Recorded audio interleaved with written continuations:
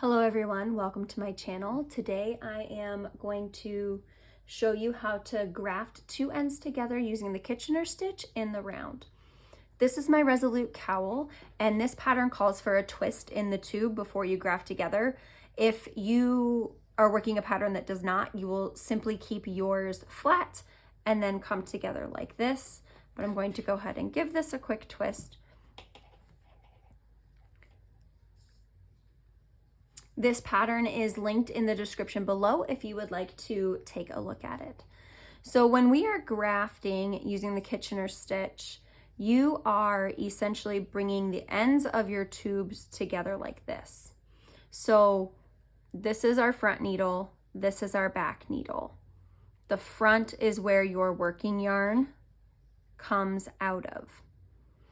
As you work this, you will work the first stitch on your front needle, and this back stitch on this stitch on your back needle, this is actually the last stitch of the round because we have mirrored them together, if that makes sense.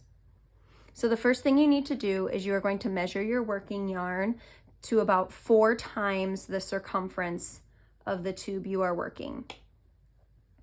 And because we join the first stitch to the last stitch, we are going to take our removable stitch markers. I like to use 2 different colors just so that when I get to the end, I know which one is going to which side. So we're going to mark the first stitch on that front needle with the removable stitch marker. And then we are going to take this one and place it on that last stitch on the back needle. And I'm going to go ahead and thread my yarn.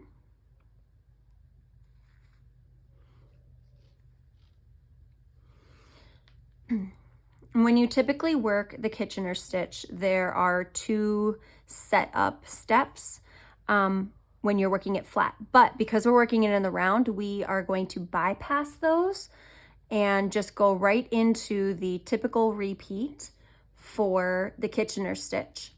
So we're going to take our tapestry needle, and I'm going to try and move that out of the way so that you can see just a little better. So into this front needle, move, there we go.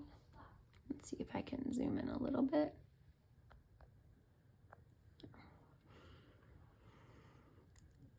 So you are going to go into this first stitch knitwise and drop it off of your needle.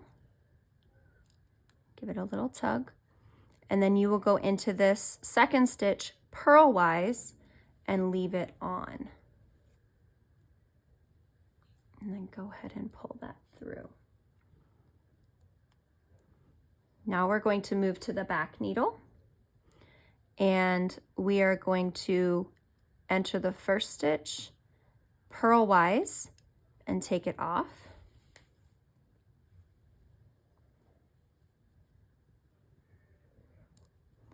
And then you will go into the second stitch knitwise and leave it on.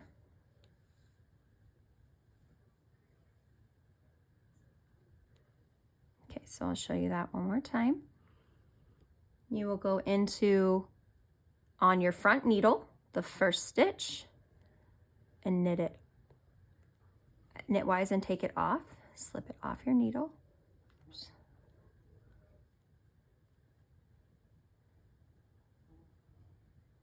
And then you will insert into the next stitch purlwise and leave it on. There's a fly in here. I am so sorry. You will move to the back needle and you will insert your tapestry needle purlwise and slip it off. And then insert as if to knit and leave it on.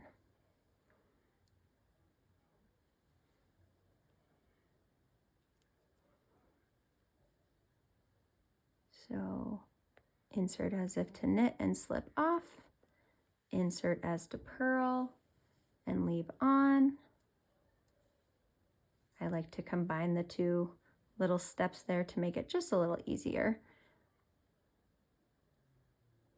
And then you purl off and knit on.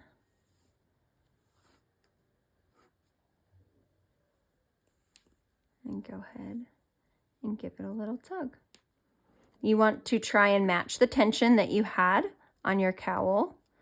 And you can see right there, you can already see it joining pretty seamlessly. And you continue that all the way around, and I will show you how to finish when I get to the last stitches. Okay, I have made it until I have just one stitch left on both the front and back needles. Slide this. Okay, and so you see I have that first stitch marked with that green stitch marker and that last stitch from the back row with the purple stitch marker. Slide this out of the way. Okay, so you are going to work the exact same steps, but you are going to use those stitches that you have marked as the second stitch on your needle. So you will knit this first stitch off, go ahead and take that needle out and get it out of the way. I'm going to pull that through so I don't lose it. So then I'm going to take this stitch on the green stitch marker and I'm going to purl through that one. And you can go ahead and remove that stitch marker. Okay, and now I'm going to pull this back through for my back needle, and I'm going to purl that one off, and then I'm going to find that stitch marker with that stitch on there. Be careful not to twist it, and then you're going to go through as to knit and leave that on. Go ahead and remove that stitch marker. Once the grafting is complete, you can see the seamless join that the Kitchener stitch gives. All that's left to do is to weave in your ends using the duplicate stitch. Thank you so much for joining.